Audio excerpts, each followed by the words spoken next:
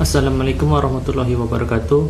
Kami dari kelompok 4 yang beranggotakan 4 orang, yaitu yang pertama Nora Sikin, yang kedua Putri Nabila Itanis, yang ketiga saya Tommy Saputra, dan yang keempat Nur Hafiana Sukma. Kami kali ini akan menjelaskan tentang neraca daerah. Yang pertama akan dijelaskan oleh teman kami Nur Hafiana Sukma. Kepadanya kami persilakan. Assalamualaikum warahmatullahi wabarakatuh. Perkenalkan, nama saya Nur Hafiana Sukma. Saya akan menjelaskan tentang pengertian neraca, aset, kewajiban, dan ekuitas dana. Neraca adalah salah satu komponen laporan keuangan yang menggambarkan posisi keuangan suatu entitas pelaporan pada tanggal tertentu. Titik yang dimaksud dengan posisi keuangan adalah posisi aset, kewajiban, dan ekuitas dana. Aset adalah sumber daya yang dapat memberikan manfaat ekonomi dan atau sosial yang dikuasai dan atau dimiliki oleh pemerintah. Sumber daya non-keuangan yang diperlukan untuk penyediaan jasa bagi masyarakat umum dan sumber-sumber daya yang dipelihara karena alasan sejarah dan budaya yang termasuk dalam pengertian aset. Contoh, aset antara lain kas piutang persediaan dan bangunan. Kewajiban adalah utang yang timbul dari peristiwa masa lalu yang penyelesaiannya mengakibat aliran keluar sumber daya ekonomi pemerintah. Kewajiban mencakup utang yang berasal dari pinjaman, utang biaya, dan utang lainnya yang masuk yang masih harus dibayar. Contoh, kewajiban antara lain utang kepada entitas pemerintah lain, utang kepada lembaga keuangan, dan utang perhitungan pihak ketiga. Ekuitas dana adalah kekayaan bersih pemerintah yang merupakan selisih antara aset dan kewajiban. Titik contoh ekuitas dana antara lain yaitu sisa lebih pembiayaan anggaran dan ekuitas dana yang diinvestasikan. Neraca adalah laporan yang menyajikan informasi posisi keuangan pemerintah, yaitu aset, utang, dan ekuitas dana pada tanggal tertentu. Unsur yang dicakup oleh neraca terdiri dari aset, kewajiban, dan ekuitas, yaitu aset sumber daya ekonomi yang dimiliki oleh pemerintah dari peristiwa masa lalu dan dari mana manfaat ekonomi di masa depan. Kewajiban, utang yang timbul dari peristiwa masa lalu yang penyelesaiannya mengakibatkan aliran keluar sumber daya ekonomi pemerintah. Ekuitas, kekayaan bersih pemerintah yang merupakan selisih antara aset dan kewajiban pemerintah. Sekian dari saya, terima kasih. Assalamualaikum warahmatullahi wabarakatuh.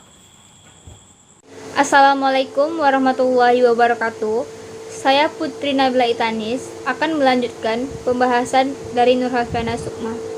Saya akan membahas tentang aset. Aset adalah sumber daya yang dapat memberikan manfaat ekonomi atau manfaat sosial yang dikuasai atau dimiliki oleh pemerintah dan dapat diukur dalam satuan uang. Aset diklasifikasikan ke dalam aset lancar dan aset non-lancar.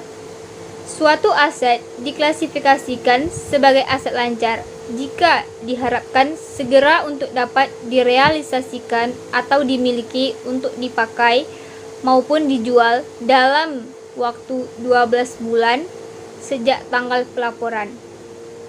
Aset lancar meliputi kas, setara kas, investasi jangka pendek, piutang, dan juga persediaan. Sedangkan aset non-lancar mencakup aset yang bersifat jangka panjang dan aset tak berwujud yang digunakan baik langsung maupun tidak langsung untuk kegiatan pemerintah atau yang digunakan masyarakat umum. Investasi jangka panjang merupakan investasi yang diadakan dengan maksud untuk mendapatkan manfaat ekonomi dan manfaat sosial dalam jangka waktu lebih dari satu periode akuntansi. Investasi jangka panjang meliputi investasi non-permanen dan permanen. Investasi non-permanen antara lain adalah investasi dalam surat utang negara, penyertaan modal, dan proyek pembangunan. Sedangkan investasi non-permanen lainnya, investasi permanen antara lain penyertaan modal pemerintah dan investasi permanen lainnya. Aset tetap meliputi yaitu ada tanah, peralatan dan mesin, gedung dan bangunan, jalan, irigasi, dan jaringan, serta aset tetap lainnya dan konstitusi dalam pengerjaan. Aset non-lancar lainnya diklasifikasikan sebagai aset lainnya termasuk dalam aset tak berwujud dan aset kerjasama atau kemitraan. Selanjutnya adalah karakteristik, kewajiban, dan pengertian ekuitas. Karakteristik esensial kewajiban adalah bahwa pemerintah mempunyai kewajiban masa kini yang dalam penyelesaian mengakibatkan pengorbanan sumber daya ekonomi di masa yang akan datang. Kewajiban umumnya timbul karena konsekuensi pelaksanaan tugas atau tanggung jawab untuk bertindak di masa lalu. Dalam konteks pemerintah, kewajiban muncul antara lain karena penggunaan sumber pembiayaan pinjaman dari masyarakat, lembaga keuangan, entitas pemerintah lain, atau lembaga internasional. Kewajiban dikelompokkan ke dalam kewajiban jangka pendek dan kewajiban jangka panjang. Kewajiban jangka panjang merupakan kelompok kewajiban yang diselesaikan dalam waktu kurang dari 12 bulan setelah pelaporan. Sedangkan kewajiban jangka panjang adalah kelompok kewajiban yang penyelesaiannya dilakukan setelah 12 bulan sejak tanggal pelaporan. Ekuitas. Ekuitas adalah kekayaan bersih pemerintah yang merupakan selisih antara aset dan kewajiban pemerintah pada tanggal pelaporan. Saldo ekuitas di neraca berasal dari saldo akhir ekuitas pada laporan perubahan ekuitas. Yang terakhir adalah persamaan dasar akuntansi. Neraca mencerminkan persamaan akuntansi yang umum dikenal yaitu aset sama dengan kewajiban ditambah ekuitas. Ekuitas dana pemerintah merupakan selisih aset dengan kewajiban, sehingga persamaan akuntansinya menjadi aset dikurang kewajiban sama dengan ekuitas dana. Aset sama dengan kewajiban ditambah ekuitas tadi, yaitu ekuitas pemerintah disebut ekuitas dana. Ekuitas dana pemerintah berbeda dengan ekuitas sektor komersial. Ekuitas di sektor komersial mencerminkan sumber dari sumber daya yang dimiliki oleh perusahaan, sedangkan ekuitas dana pemerintah merupakan selisih aset dengan kewajiban, sehingga persamaan akuntansinya menjadi aset yang dikurang kewajiban sama dengan ekuitas tadi. Akun-akun neraca dikembangkan secara berpasangan. Akun-akun aset dan kewajiban berpasangan dengan akun-akun yang ada dalam ekuitas dana. Contoh, kas berpasangan dengan silpa, persediaan berpasangan dengan cadangan persediaan, piutang berpasangan dengan cadangan piutang. Investasi jangka panjang berpasangan dengan diinvestasikan dalam investasi jangka panjang. Aset tetap berpasangan dengan diinvestasikan dalam aset tetap. Utang jangka pendek berpasangan dengan yang harus disediakan untuk pembayaran utang jangka panjang. Baiklah, sekian pembahasan dari saya. Jika ada salah dan silap, mohon dimaafkan. Wabillahi taufik wal hidayah. Wassalamualaikum warahmatullahi wabarakatuh. Assalamualaikum warahmatullahi wabarakatuh. Baiklah, saya Nur Asikin. Saya kembalikan presentasi. Saya akan membahas tentang struktur neraca, di mana struktur neraca itu menyajikan posisi aset, kewajiban, dan ekuitas dana. Aset diklasifikasikan menjadi aset lancar dan aset non-lancar. Aset lancar terdiri dari kas atau aset lainnya yang dapat diuangkan atau dapat dipakai habis dalam waktu 12 bulan mendatang. Aset non-lancar terdiri dari investasi jangka panjang, aset tetap, dan aset lainnya. Kewajiban itu dikelompokkan menjadi dua, yaitu kewajiban jangka pendek dan kewajiban jangka panjang. Kewajiban jangka pendek adalah kewajiban yang akan jatuh tempo dalam waktu kurang atau sama dengan 12 bulan setelah tanggal pelaporan. Sedangkan kewajiban jangka panjang akan jatuh tempo dalam waktu lebih dari 12 bulan. Sedangkan ekuitas dana diklasifikasikan menjadi ekuitas dana lancar dan ekuitas dana investasi.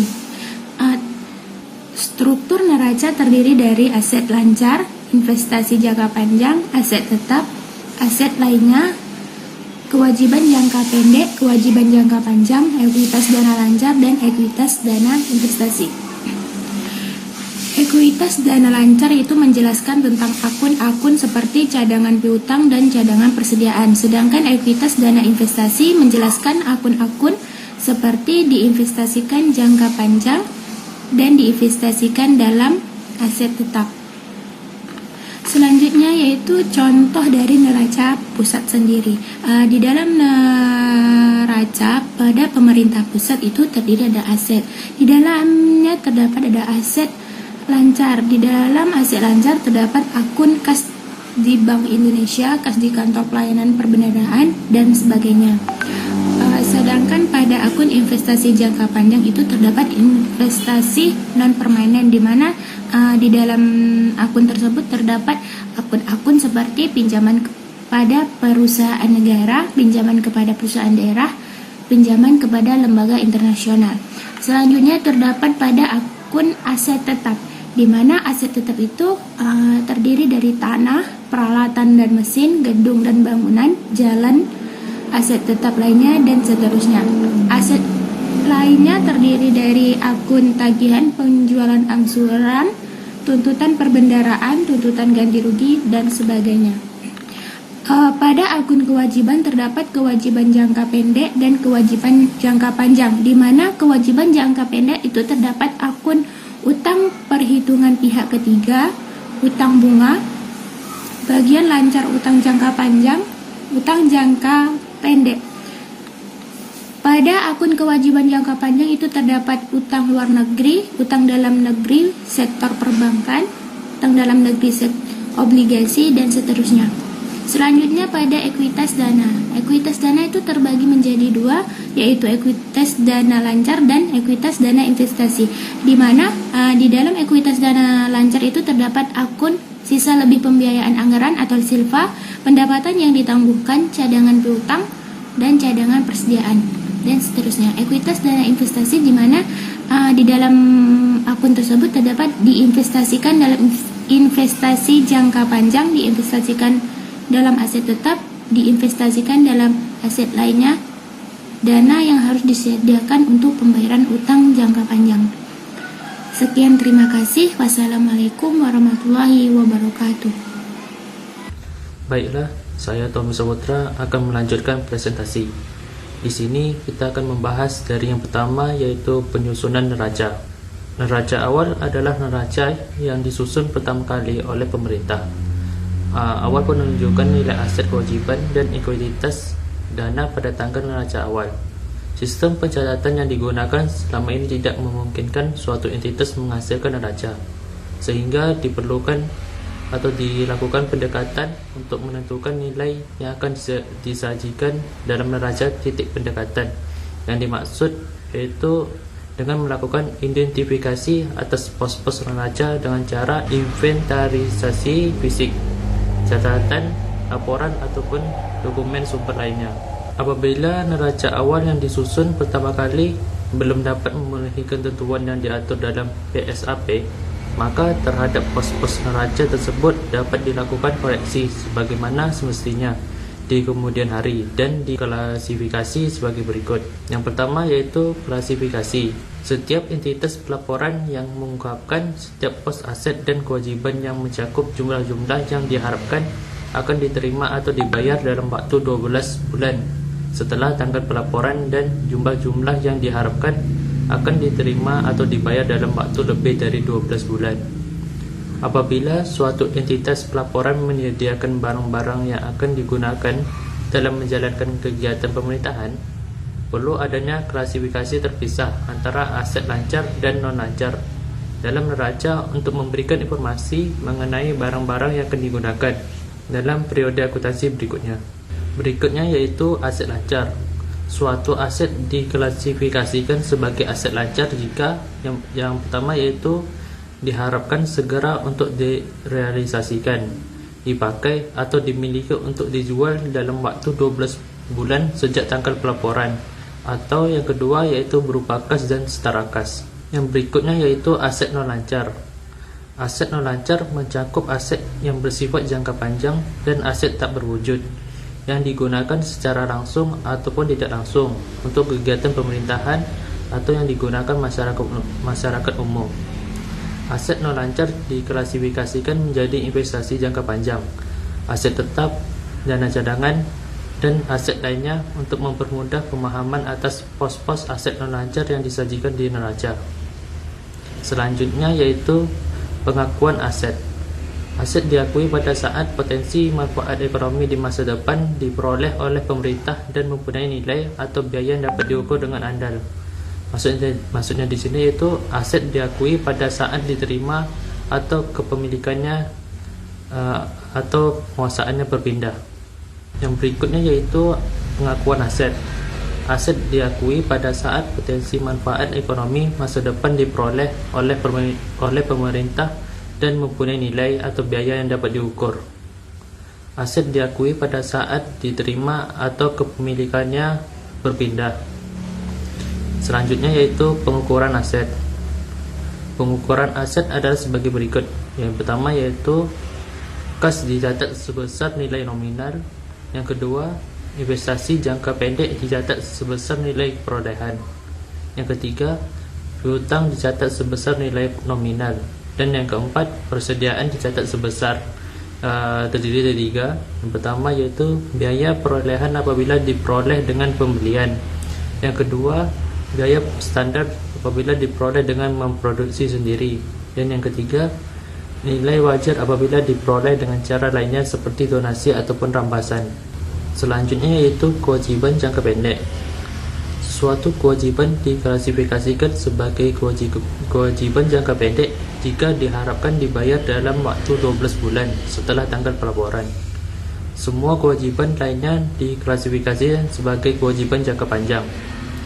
Kewajiban jangka pendek dapat dikategorikan dengan cara yang sama seperti aset lancar. Beberapa kewajiban jangka pendek seperti yang ditransfer pemerintah atau utang kepada pegawai merupakan suatu bagian yang menyerap aset lancar dalam tahun pelaporan berikutnya. Yang berikutnya itu kewajiban jangka panjang. Suatu entitas pelaporan tetap mengklasifikasikan kewajiban jangka panjangnya meskipun kewajiban tersebut sudah jatuh tempo dan untuk diselesaikan dalam waktu 12 bulan setelah tanggal pelaporan. Yang berikutnya yaitu pengakuan kewajiban. Kewajiban diakui jika besar kemungkinan bahwa pengeluaran sumber daya ekonomi atau dilakukan untuk menyelesaikan kewajiban yang ada sampai saat pelaporan, dan perubahan atas kewajiban tersebut mempunyai nilai penyelesaian yang dapat diukur dengan andal. Kewajiban diakui pada saat dana pinjaman diterima atau pada saat kewajiban timbul. Selanjutnya yaitu pengukuran kewajiban. Kewajiban dicatat sebesar nilai nominal. Kewajiban dalam mata uang asing dijabarkan dan dinyatakan dalam mata uang rupiah. Selanjutnya ekuitas. Ekuitas adalah kekayaan bersih pemerintah yang merupakan selisih antara aset dan kewajiban pemerintah pada tanggal laporan. Saldo ekuitas di neraca berasal dari saldo akhir ekuitas pada laporan perubahan ekuitas. Dan yang terakhir yaitu informasi yang disajikan dalam neraca atau dalam catatan atas laporan keuangan. Suatu entitas pelaporan mengungkapkan, baik dalam neraca maupun dalam catatan atas laporan keuangan, subklasifikasi pos-pos yang disajikan. Diklasifikasikan dengan cara yang sesuai dengan operasi entitas yang bersangkutan. Suatu pos disubklasifikasikan lebih lanjut bila perlu sesuai dengan sifatnya. Sekian presentasi dari kelompok kami. Jika teman kurang mengerti atau ada pertanyaan, boleh ditanyakan langsung ke kelompok kami. Wassalamualaikum warahmatullahi wabarakatuh.